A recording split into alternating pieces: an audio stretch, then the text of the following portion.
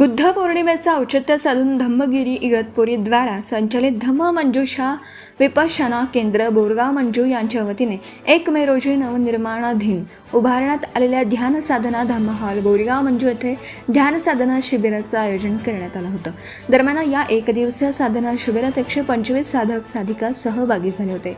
या ध्यान साधना शिबिराचं आयोजन धम्म मंजूषा विपश्यना केंद्र संचालक मंडळाच्या वतीने करण्यात आलं होतं। धम्मगिरी इगतपुरी द्वारा संचलित धम्म मंजूषा विपश्यना केंद्र बोरगाव मंजू येथे ध्यान साधना करण्यासाठी नवनिर्माधीन भव्य धम्म हॉल उभारण्यात आला आहे। येथे वर्षभर ध्यान साधना शिबिर राबवली जातात। शुक्रवारी बुद्ध पौर्णिमा निमित्ताने 1 दिवसीय रात्रीकालीन ध्यान साधना शिबिर मोठ्या उत्साहात पार पडले। शेकडो साधक साधिका सहभागी झाले होते। 1 मेला शुक्रवारी सायंकाळी ध्यान साधना शिबिराला प्रारंभ झाला होता, तर 2 मेला सकाळी मंगलमैत्री घेऊन शिबिराचं समापन करण्यात आलं।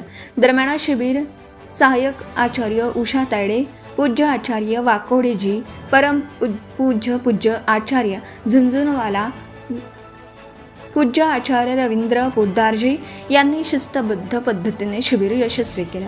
आजच्या गुंतागुंतीच्या व धकाधकीच्या जीवनात शांत व चिंतामुक्त जीवन जगण्याचा मार्ग म्हणजे विपश्यना, तसेच जीवन जगण्याची कला म्हणजे विपश्यना, म्हणून या साधना शिबिराचंच आयोजन करण्यात येतं।